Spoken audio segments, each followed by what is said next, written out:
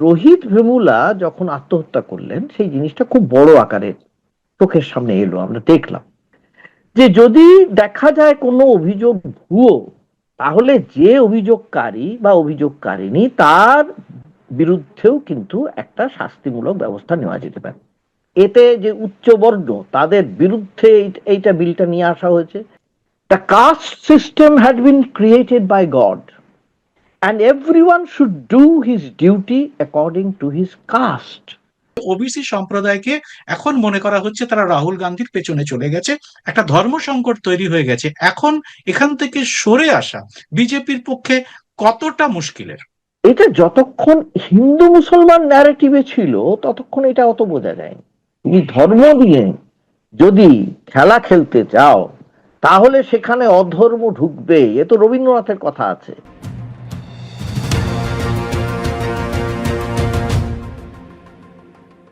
নমস্কার, সবাইকে এই খোলা আড্ডা অনুষ্ঠানে স্বাগত। আমি সুব্রত বসু। গত কয়েকদিন ধরে উত্তর ভারত একটা অভূতপূর্ব বিক্ষোভের মুখোমুখি হয়েছে। অভূতপূর্ব এই কারণে, যারা বিক্ষোভ দেখাচ্ছেন তারা সবাই মোদী সরকারের একেবারে অন্ধভক্ত বলা যেতে পারে, এবং তারা মোদীর সমর্থক হিসেবেই পরিচিত। তারা বিজেপির কার্যকর্তা অনেকে, এবং তারা সবাই উচ্চবর্ণ, বিশেষ করে ব্রাহ্মণ সমাজের প্রতিনিধি। তাদের প্রতিবাদটা ইউজিসির একটি নতুন নির্দেশিকাকে নিয়ে। এই ইউজিসির নির্দেশিকাতে কি বলা হয়েছে তার বিস্তারিত বিবরণ আমরা পরে আসছি, কিন্তু যেটা হচ্ছে যে সেটাতে সমস্ত উত্তর ভারতে বিক্ষোভকারীরা রাস্তা অবরোধ করছেন, রাস্তায় নেমে প্রতিবাদ করছেন, মোদী সরকারের বিরুদ্ধে গালিগালাজ দিচ্ছেন, সমাজ মাধ্যমে মোদীর ছবি পোড়াচ্ছেন, এবং দলে দলে বিজেপি থেকে পদত্যাগ করছেন।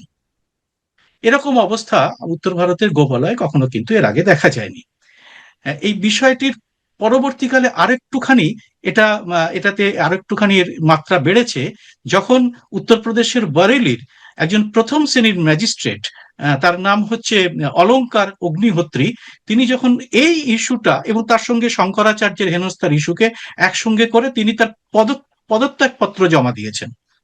এবং আরো কয়েকজন এরকম বড় বড় বিজেপির যারা বেশ কিছু দায়িত্বে আছে, তারাও একইভাবে বিজেপি থেকে পদত্যাগ করছেন। তো সমস্ত বিষয়টি আমাদের এখানে, আমাদের বাংলায় কিন্তু কোনো মিডিয়ায় সেভাবে আসেনি। তাই আমরা মনে করলাম যে এই বিষয়টির কারণ কি, এবং কেন সেটা মিডিয়াতে আসছে না, এবং তার পেছনে কি আছে, এবং প্রভাব কি পড়তে পারে, সমস্ত বিষয়টি নিয়ে একটা আলোচনা আজকে করব। এই জন্য আজকে আমাদের সঙ্গে রয়েছেন প্রবীণ সাংবাদিক এবং রাজনৈতিক বিশ্লেষক গৌতম বন্দ্যোপাধ্যায়। গৌতম দা, আপনি আপনাকে প্রথমেই এই অনুষ্ঠানে স্বাগত দর্শকদের পক্ষ থেকে। আপনি যদি প্রথমেই বিষয়টি একটু বলে, এবং এই ইউজিসির নির্দেশিকা এবং তার ফলে কেন এদের এত বিক্ষোভ, এবং কেন এটা আমাদের এখানে বলা হচ্ছে না, এবং তার প্রভাব, রাজনৈতিক প্রভাব যদি একটু বিশ্লেষণ করেন গৌতম দা।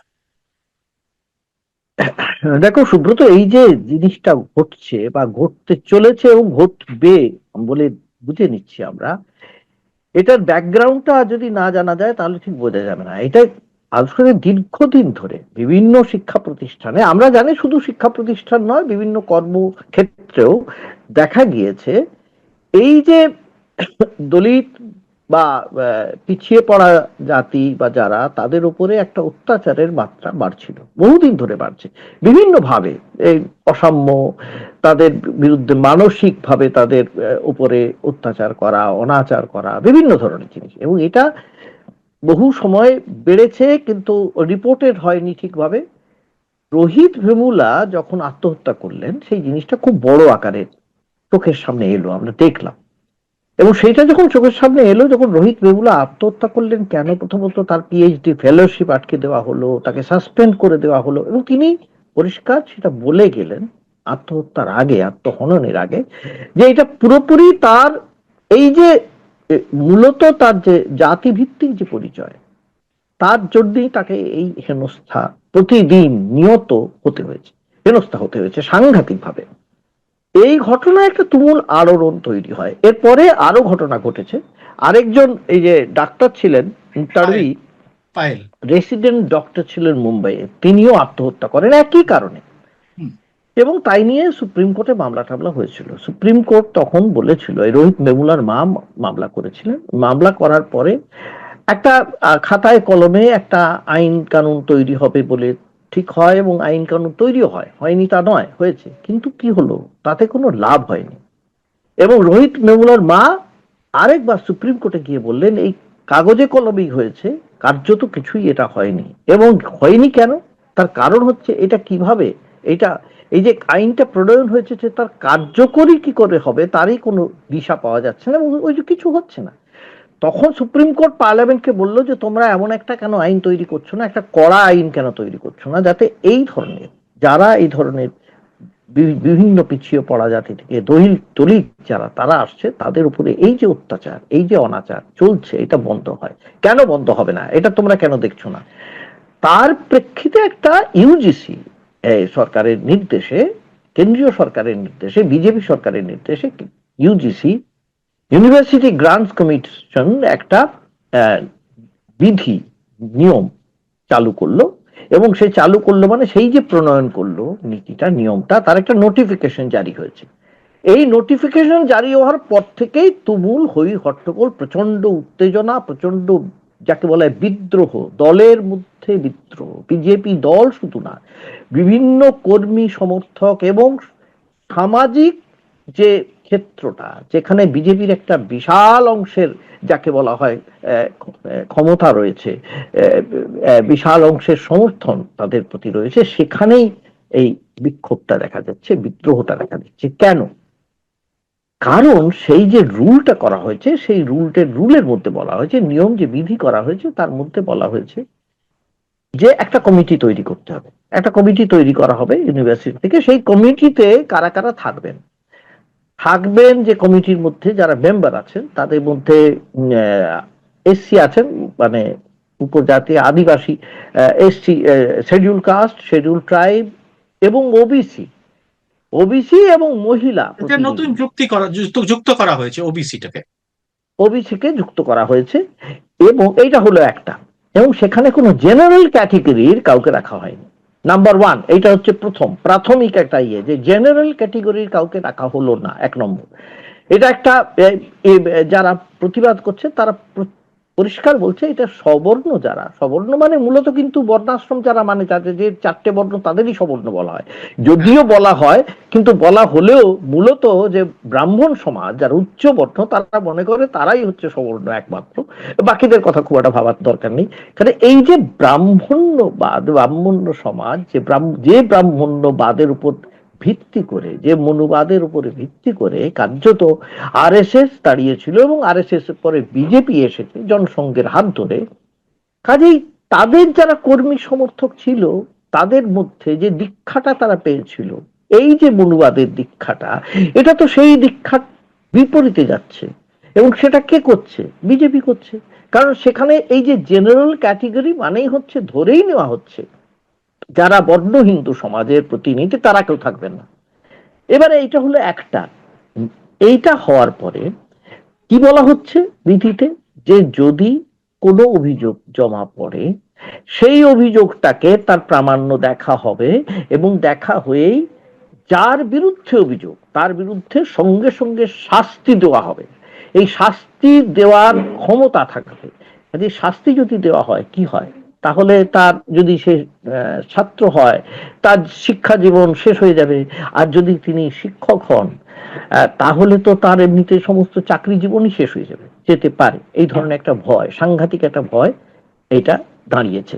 এবং এই ভয়ের জন্যই কিন্তু এই আমাদের যে সিটি ম্যাজিস্ট্রেট, তুমি যার কথা বললে, তিনিও কিন্তু প্রতিবাদ করেছেন যে এই জিনিস হলে তো কালকের দিনে যে কোনো অগ্নিহোত্রী। লোকের, যে কোনো ক্ষেত্রে, এই আইনটা যদি শিক্ষাক্ষেত্রে বলবৎ হয়, সেটা যে কালকে কর্মক্ষেত্রে বলবৎ হবে না তাই বা কে বলতে পারে? কাজে হতে পারে। এটা হলো একটা। দ্বিতীয় হচ্ছে, আগের এই বিধিটা আগেও একটা অন্যভাবে তৈরি করা হয়েছিল এর আগে। সেই বিধিটার মধ্যে কিছু কিছু জায়গা ছিল যেখানে যাকে বলা হয় ফ্লেক্সিবিলিটি ছিল। সেই যে ফ্লেক্সিবিলিটিটা ছিল সেটা কিন্তু এই আমলে নয়, সেটা কিন্তু অনেক আগে, বিজেপির আগে। এবং সেই যে ফ্লেক্সিবিলিটি ছিল, সেখানে ছিল যে যদি দেখা যায় কোনো অভিযোগ ভুয়ো, তাহলে যে অভিযোগকারী বা অভিযোগকারিনী তার বিরুদ্ধেও কিন্তু একটা শাস্তিমূলক ব্যবস্থা নেওয়া যেতে পারে।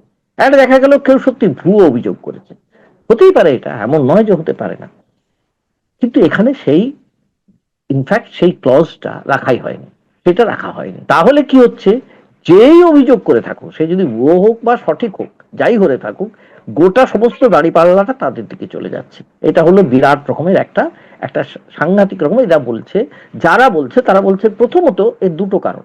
প্রথমত হচ্ছে এতে যে উচ্চ বর্ণ তাদের বিরুদ্ধে এইটা বিলটা নিয়ে আসা হয়েছে, এক নম্বর। আর দ্বিতীয়ত হচ্ছে তারা বলছে আমাদের যে সংবিধানে যে বলা আছে রাইট টু ইকুয়ালিটি, সমতার যে আইন আছে, সবাই সমান, সেটা কিন্তু মানা হচ্ছে না। কাজে এটা ফান্ডামেন্টাল রাইটের বিরুদ্ধে, এবং এই জন্য সুপ্রিম কোর্টে ইতিমধ্যে মামলা চলে গিয়েছে।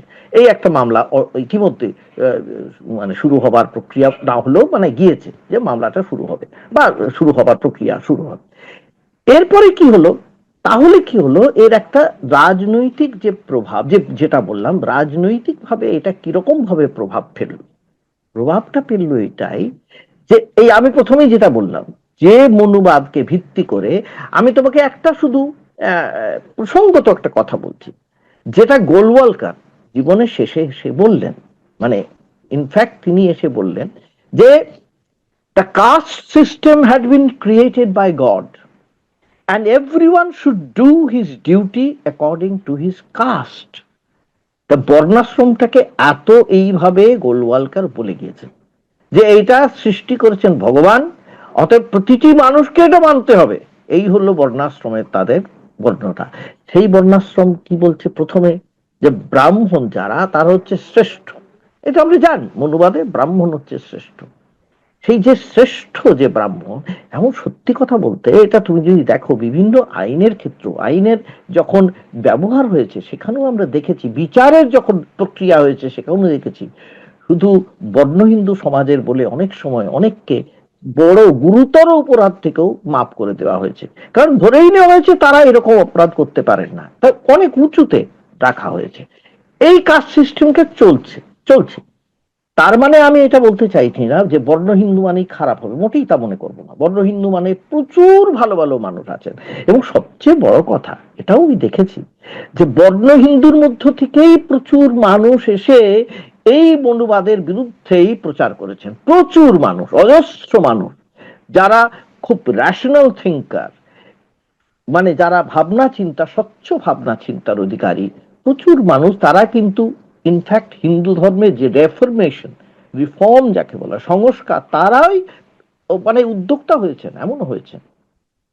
এবারে কিন্তু এবারে রাজনৈতিকগত ভাবে যদি তুমি দেখো, তাহলে বিজেপির যে মূল যে ভিত্তি, বিজেপির যে আমরা যেটা বলি যে সমর্থনের ভিত্তি, মূল ভিত্তিটা কোথায়? মূল ভিত্তি হচ্ছে বর্ণ হিন্দুদের ভোট প্রাথমিকভাবে। ইউপিতেই তুমি ধরে রাখো 21 থেকে 22% যদি ধরে নেওয়া হয়, আর তার সঙ্গে যদি রাজপুত ঠাকুর এই সমস্ত ধরি, তাহলে তো আরো অনেক, মানে আরো 5-6%, মানে 27-28% যদি এই ভোট কনসলিডেটেড হয়ে একভাবে বিজেপিকে যদি ভোট দিয়ে থাকে, ধরে নেওয়া যাক, ধরে নিয়েছে, ন্যাচারালি ধরে নেব, কারণ তার আগে মায়াবতী ঠিক এর বিরুদ্ধে গিয়েছে। কাজেই বিজেপি এসেছে, খুব ভালোভাবে বিজেপি এসেছে, বর্ণ হিন্দুদের বিশেষ করে যারা উচ্চ বর্ণের তাদের ভোট একেবারে ভালোভাবে পেয়েছে বিজেপি। সেই ভোট ব্যাংক, প্রথমত বিজেপি সেই ভোট ব্যাংকে শীত কেটে দিতে পারে এই একটি বিল কেন? প্রয়াগরাজে সাংঘাতিক ভাবে একটা বিদ্রোহ যাকে বলা হয় সেটা দেখা দিয়েছে। প্রয়াগরাজে বিজেপির, তুমি যেটা বললে, বিজেপির বেশ কিছু নেতা মুখ খুলে ওপেনলি বলে দিচ্ছে, হয় আমাদের এই বিলটাকে উইথড্র করতে হবে, না হলে আমরা অনশনে, আমরণ অনশনে নামবো। অযোধ্যার এক এক ওনাদের জগৎগুরু, একজন জগৎগুরু বলছেন, আমরা কেন্দ্রীয় সরকারকে বলছি আমাদের ক্ষেত্রে একটা আইন করে দাও, হয় বিলটাকে রাখো এবং সেই সঙ্গে আমাদের আত্মহননের জন্য অনুমতি দিয়ে দাও, মানে আমরা আত্মহত্যা করতে পারি, সেই বিলটাও নিয়ে এসো যে আমরা যাতে আত্মহত্যা করতে পারি। এই রকম জায়গায় পৌঁছে গিয়েছে, ভয়ঙ্কর ভাবে পৌঁছে গিয়েছে। এবারে বলতে পারো এর ভবিষ্যৎটা কি? এর ভবিষ্যৎটা কি মানে এখন কার্যত এই যে হিন্দু সমাজ, যে হিন্দু সমাজের ভোটে ভারতীয় জনতা পার্টি ক্ষমতায় এসেছে, হিন্দু সমাজ, সেই হিন্দু সমাজকে একত্রিত করার জন্য ওরা প্রথম থেকে হিন্দু মুসলমান দ্বিখণ্ডিত করবার চেষ্টা করছে, বিভাজিত করার চেষ্টা করেছে, কিন্তু এটা বোঝেনি যে এর ফলে এই বিভাজনের যে রেখাটা সেটা কিন্তু নিচু স্তর পর্যন্ত পৌঁছে যায়, কোনো এক জায়গায় থেমে থাকে না, কখনো থেমে থাকে না। হয় তোমাকে সমতা নিয়ে, সমদৃষ্টি নিয়ে সবাইকে দেখতে হবে, প্রতিটি নাগরিককে সমান দৃষ্টি দিয়ে দেখতে হবে, আর না হলে তোমাকে বিভাজনের দৃষ্টিতে তোমাকে দেখতে হয়। যদি বিভাজনের দৃষ্টিতে দেখো তাহলে ভাগ হবেই, বিভাজন হবে। এ কথা আমি বারবার বলেছি। এ কথা মানে মুসলমান সমাজেও যেমন আমি দেখেছি, আমরা বলেছি, আমরা দুজনেও, তুমিও জানো আমিও জানি, বহু খ্রিস্টানদের মধ্যেও দেখেছি, এবং হিন্দুদের মধ্যে তো প্রথম থেকেই আছে। হিন্দুরা তো প্রথম থেকেই বর্ণাশ্রমে, এই যার জন্য আম্বেদকর বলেছিলেন সমস্ত বর্ণ উঠিয়ে দেওয়া হোক, হিন্দু সমাজকেই, হিন্দু ধর্মটাকেই উঠিয়ে দেওয়া হোক উনি বলেছিলেন। যার জন্য উনি বৌদ্ধ ধর্মে চলে গেলেন, যেখানে কোনো জাতপাত নেই। এখন এই জাতপাতের যে অঙ্কটা একটা কুৎসিত জায়গায় পৌঁছে যাচ্ছে, এর ফলে এই যে আমরা যে অবস্থা দেখতে পাচ্ছি, এর ফলে বিভাজনটা যদি আরো মারাত্মক হয়, তাহলে শুধু হিন্দু মুসলমান নয়, যেভাবে দেখতে পাচ্ছি চন্দ্রশেখর আজাদ যেমন বলছেন কিছুতেই ওঠানো চলবে না এই বিল, অন্যদিকে যারা এই বিজেপির যারা নেতা মন্ত্রী তারা বলছেন হ্যাঁ উঠিয়ে ফেলতেই হবে। এই এইবারে বিজেপিকে প্রশাসনিক স্তরে তারা কিভাবে এই জিনিসটা সামাল দেবে সেটা আমরা এখনো জানি না, যদিও বলেছে তারা ক্ল্যারিফাই করবে, গোটা জিনিসটাকে পরিষ্কার ব্যাখ্যা করবে, এইটুকু বলেছে, এইটুকু শুনেছি। আপাতত যেটা আমরা লক্ষ্য করছি যে আগামী দিনে কিন্তু এই আন্দোলন আরো প্রবল আকার নিতে পারে, বিশেষ করে গোবলয়ে সবচেয়ে বেশি। এবং কেন বাংলায় নয় সেটা পরে বলছি, কেন নয় অতটা। সুব্রত। প্রথমটা একটু আমি আজকে এই ব্যাপারে আপনার সঙ্গে যোগাযোগ করার পরে আমি উত্তরপ্রদেশ এবং বিহারের কিছু হুম মানুষ, সাংবাদিক বন্ধুদের সঙ্গে কথা বলছিলাম। তাতে হুম আপনি যেটা বললেন সেটার প্রতিধ্বনি তারা করলো যে সুদূর প্রসারী একটা ফল দেখা হুম দিচ্ছে। এখানে একটা জিনিস হয়েছে যে হঠাৎ যেখানে দলিত এবং শিডিউল ট্রাইব আদিবাসীদের এটার মধ্যে ইনক্লুড করা ছিল, তার সঙ্গে হঠাৎ হুম ওবিসিটাকে জুড়ে দেওয়া হলো কেন, এই হুম প্রশ্নটা আমার হুম মধ্যে ছিল।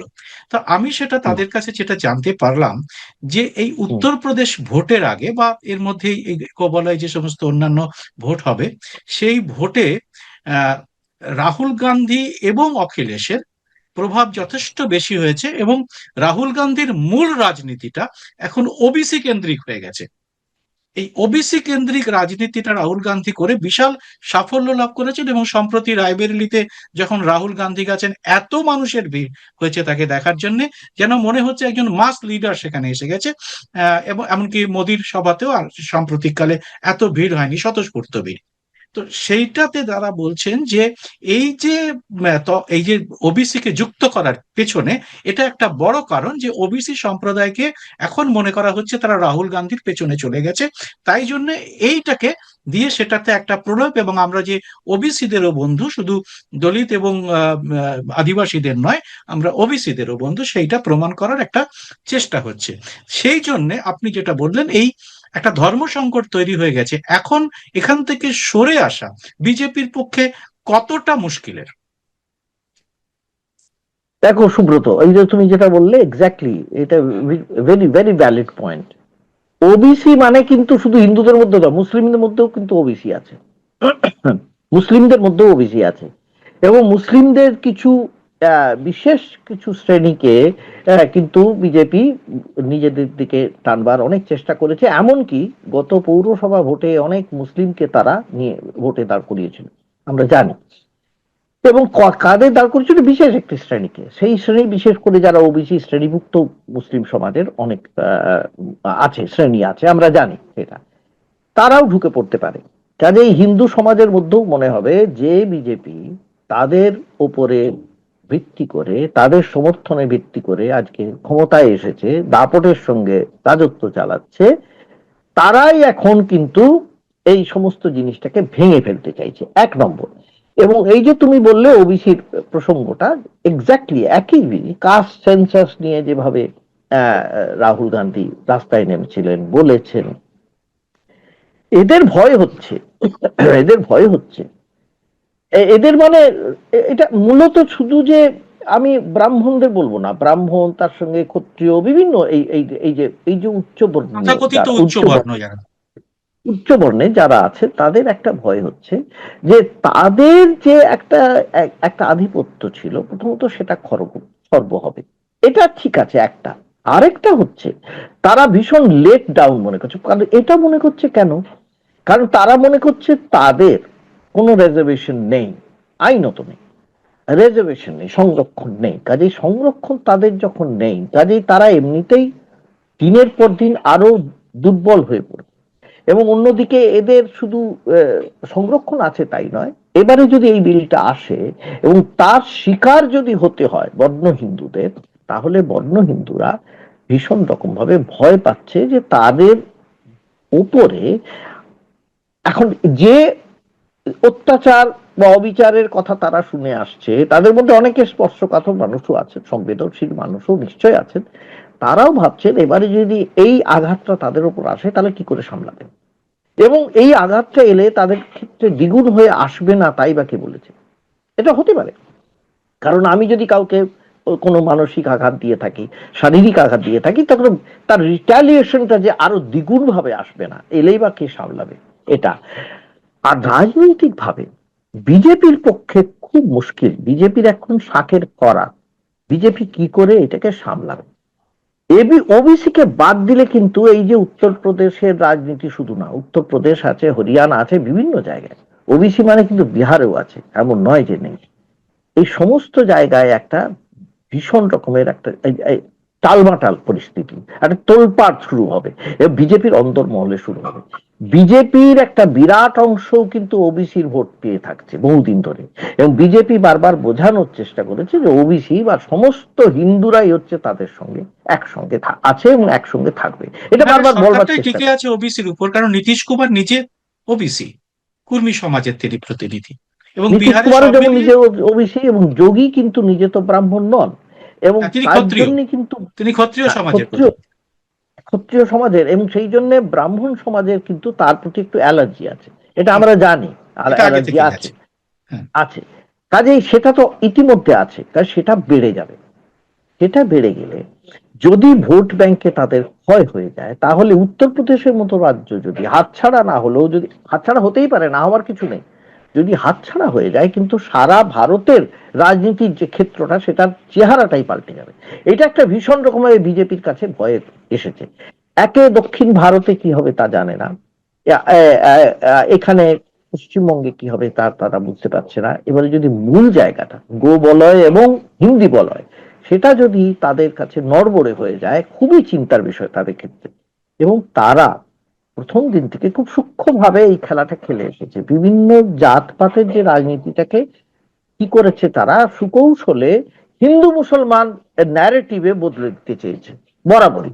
হিন্দুদের মধ্যে সবাই আছে, এই সবাই কিন্তু হিন্দুদের মধ্যে সবাই আছে বললেও এই যে জাতপাতের যে রাজনীতি, যেটা গোবলয়ে ভীষণ রকমের বর্তমান, সেটাকে তো থামাচাপা দিতে পারেন, সেটা আটকানো যায়নি। সেটা তো কোনোদিনই, সেটা এমন নয় যে সেটাকে চাপা দেওয়া গেছে শুধু সবাই হিন্দু সমাজের প্রতিনিধি বলেই সেখানে হই হই করেছে, তা তো নয়। তাদের সুযোগ সুবিধা দিতে হবে, ওঠাতে হবে, তাদের সংরক্ষণ দিতে হবে, সবই তো জানি আমরা। এটা তো বাদ দেওয়া যাবে না। পশ্চিমবঙ্গের ক্ষেত্রে আমরা একটা জিনিস দেখতে পাচ্ছি, এই যে আলোড়িত হচ্ছে না সমাজটা, তার কারণ হচ্ছে আমাদের এখানে একটা মোটামুটি নবজাগরণ হয়েছিল, এবং আমাদের এখানে বরাবরই জাতপাত কোনোদিনই নির্বাচনের ক্ষেত্রে কোনোদিনই খুব একটা বড় ইস্যু কোনোদিন হয়নি, যে কোনো কারণেই হয়নি। তার অবশ্য যে কোনো কারণে মানে আমি মনে করি এর মধ্যে নবজাগরণে একটা বিরাট একটা ইয়ে ছিল, এবং এখানে আমাদের এখানে সংস্কৃতিরও প্রচুর একটা বড় প্রভাব আছে, সে লালন থেকে ওই Rabindranath. National poet, national artist, national scientist প্রচুর এখানে ছিলেন, এবং তারা ছিলেন বলে সেই যে লেগাসিটা, সেই যে উত্তরাধিকারটা আমরা যে বহন করে চলেছি, যার জন্য এখানে এখনো পর্যন্ত হিন্দু মুসলমান ডিভাইড করেও কিন্তু খুব একটা সুবিধে করতে পারছে না কোনো দল, কোনো দলই পারেনি, বা বিজেপিও পারেনি। যদিও চেষ্টা, সেরকম মমতাও চেষ্টা করেছে, কিন্তু চেষ্টা করলে আমি দেখেছি সেটা কিন্তু মানুষ যে খুব মনে প্রাণে সাংঘাতিক ভাবে গ্রহণ করেছে তা খুব আর করে। কাজে এখানে পশ্চিমবঙ্গে এখনো কিন্তু হয়নি, কিন্তু গো বলয়ে বা হিন্দি বলয়ে এইটা হবার প্রভূত সম্ভাবনা আমরা দেখতে পাচ্ছি।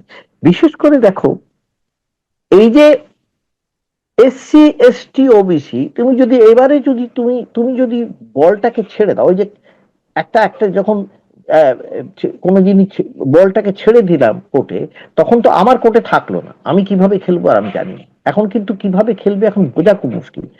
কারণ দেখো, একদিকে বলা হচ্ছে যারা এই পিছিয়ে পড়া জনজাতি বা দলিত মানুষ, যাদের জন্য যাদের হয়েছে, তারা বলছেন এই বিলকে কিছুতেই উইথড্র করা যাবে না, যদি উইথড্র করা হয় তাহলে প্রচন্ড রকমের আন্দোলনে তারা নামবে একদিকে।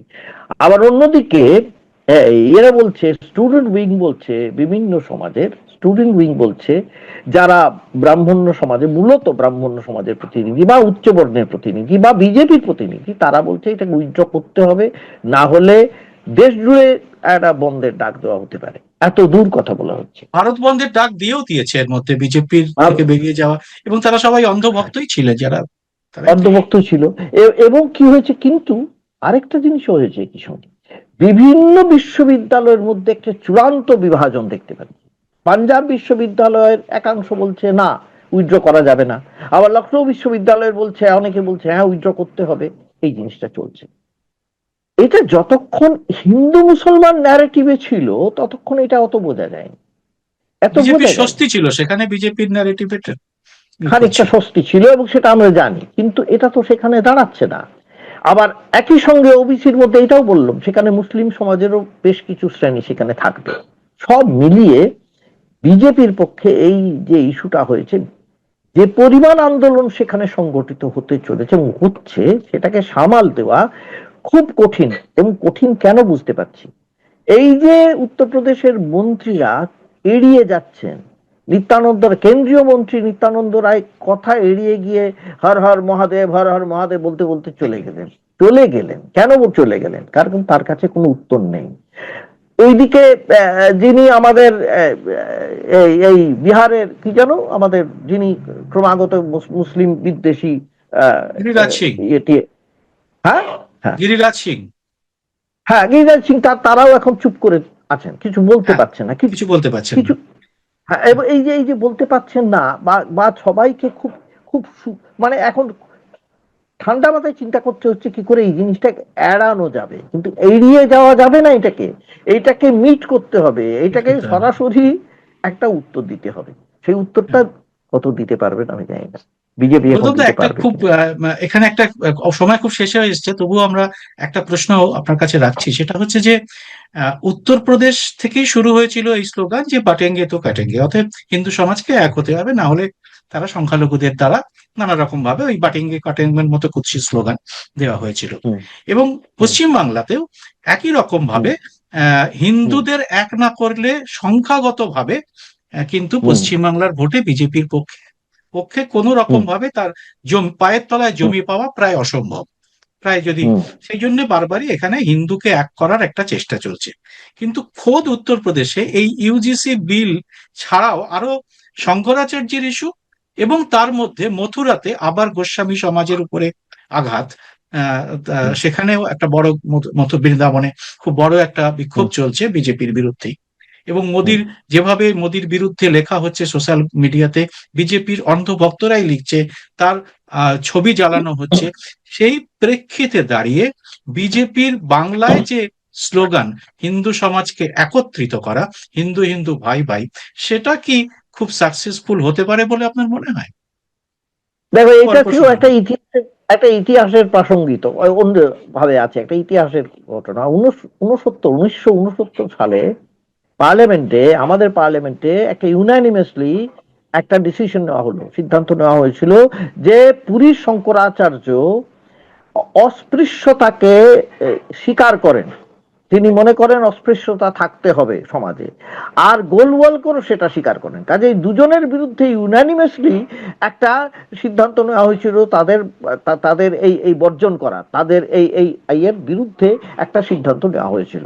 আজকে দেখো, সেই আরেকজন শঙ্করাচার্যের সঙ্গে এই হিন্দু সমাজের যে মূল যে স্রোত যারা বিজেপি, তাদের একটা সাংঘাতিক সংঘাত চলছে। তুমি ধর্ম দিয়ে যদি খেলা খেলতে চাও, তাহলে সেখানে অধর্ম ঢুকবে। এ তো রবীন্দ্রনাথের কথা আছে, রবীন্দ্রনাথ নিজেই কবিতায় বলে গিয়েছেন, তুমি ধর্ম নিয়ে যদি ক্ষমতায় আসতে চাও তাহলে সেখানে অধর্ম ঢুকবে। এটাই হয়েছে এখানে।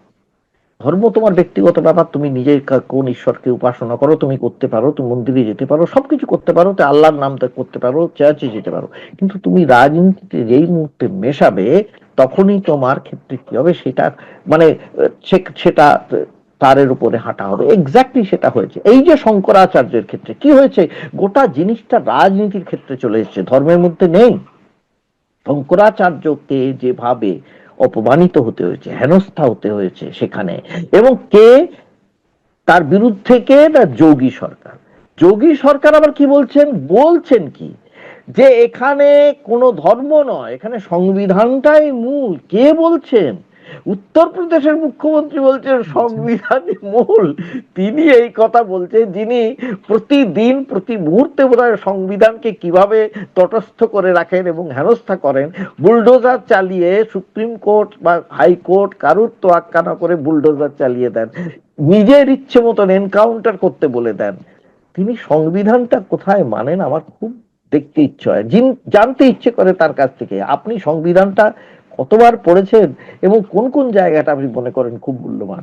এটা খুব আবার জানতে। আসলে যেই মুহূর্তে তুমি ক্ষমতার জন্য ধর্মকে ব্যবহার করবে তখন তোমাকে অধর্মকে ব্যবহার করতে হবে, এটাও তাই। তোমাকে তখন মিথ্যাচারকে আশ্রয় করে বাঁচতে হবে।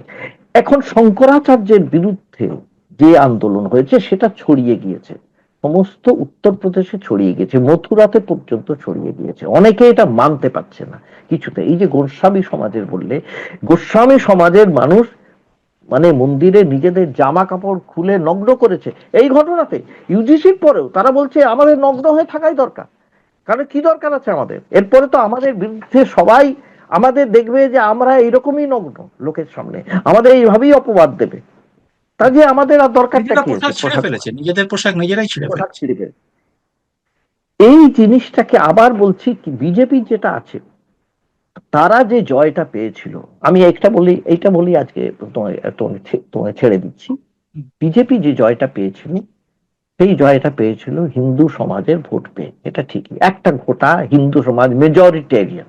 কিন্তু একটা মেজরিটেরিয়ানের মধ্যে আমাদের মতো দেশে যে বিভিন্নতা আছে, বিভিন্নতা মানে বিভিন্ন ভাষা, বিভিন্ন পরিধান, বিভিন্ন সংস্কৃতির সংমিশ্রণ যেটা দিনের পর দিন হয়েছিল, সেটাকে তুমি জোর করে আটকে দিয়ে মিক্সিতে যদি মিশিয়ে দিতে চাও তাহলে কিন্তু মেশানো যায় না। কারণ তারা মানুষ কখনো এরকম ভাবে মিশে যেতে পারে না। বিভিন্ন নৃগোষ্ঠীর একটা, বিভিন্ন নৃগোষ্ঠীর একটা নিজস্ব অধিকার বোধ আছে, সেই অধিকার বোধকে এইরকম ভাবে নষ্ট করে দেওয়া যায় না।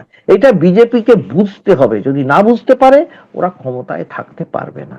আজকে আছে, কালকে দিতে পারবে না। এইটাই বলছি সুব্রত। ধন্যবাদ গৌতম দা।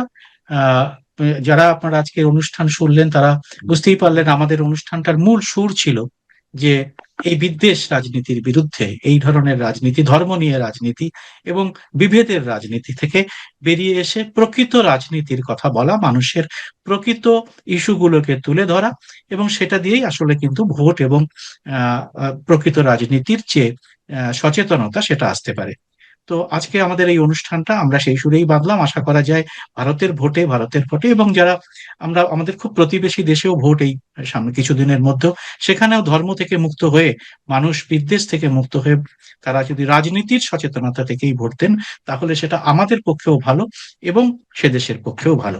তো আজকে আমরা সমস্ত আলোচনাটাকে এর মধ্যেই সীমাবদ্ধ রাখলাম। যারা দেখলেন এই অনুষ্ঠানটি তাদের সবার কাছে অনুরোধ, আপনারা অবশ্যই কমেন্ট বক্সে আপনাদের মতামত লিখে জানাবেন, এবং সেই সঙ্গে আমাদের চ্যানেল, আমার এই চ্যানেলটি এবং গৌতম ব্যানার্জি অফিসিয়াল চ্যানেল দুটি সাবস্ক্রাইব করে যদি নোটিফিকেশন বেলটি চালু করে রাখেন তাহলে আমাদের পক্ষে এই কাজটি করার জন্য উৎসাহ এবং শক্তি আরো কিন্তু বৃদ্ধি পাবে। গৌতম দা, আপনাকে অনেক ধন্যবাদ।